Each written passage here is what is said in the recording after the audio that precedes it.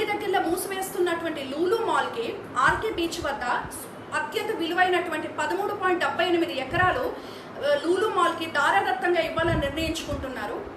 అంటే లూలు మాల్ విశాఖపట్నంకి రావడం వల్ల వారి సంస్థకి చంద్రబాబు నాయుడు గారికి తప్ప ప్రజలకు కానీ ప్రభుత్వానికి కానీ ఎటువంటి ఉపయోగం లేదు అని ప్రజా సంఘాలు చెప్తున్నా సరే ఏమాత్రం పట్టించుకోకుండా వారు ముందుకు వెళ్తా ఉన్నారు అంటే మరి దీని వెనక ఎంత పెద్ద అవినీతి దాగి ఉందో మనకు అర్థమవుతా ఉంది.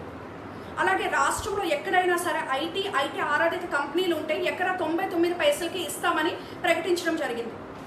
అంటే వారి బినామీలకి వారి మనుషులకి లక్షల కోట్లు విలువ చేసినటువంటి భూమిని కట్టబెడుతూ దాని నుంచి వచ్చినటువంటి కమిషన్లు లక్షల కోట్లు తీసుకుంటూ ఎలా అవినీతికి పాల్పడుతూ ఉన్నారో మనందరికీ కూడా అర్థమవుతా ఉంది. చంద్రబాబు నాయుడు గారు దోచుకోవడంలో గొప్ప విజనరీ అని చెప్పుకోవడంలో ఎటువంటి సందేహం కూడా లేదు.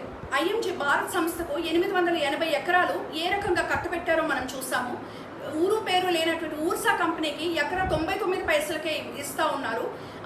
అన్ని దగ్గరలో మూసేస్తున్నటువంటి లూలు మాల్కి ఏ రకంగా లక్షల కోట్లు విలువ చేసినటువంటి భూముల్ని దారాదత్తం చేస్తూ ఉన్నారో మనం చూస్తూ ఉన్నాము. ఇవన్నీ చూస్తూ ఉంటే చంద్రబాబు నాయుడు గారు బ్రాండ్ ఏంటంటే దాచుకో పంచుకో అని చెప్పడంలో ఎటువంటి సందేహం లేదు.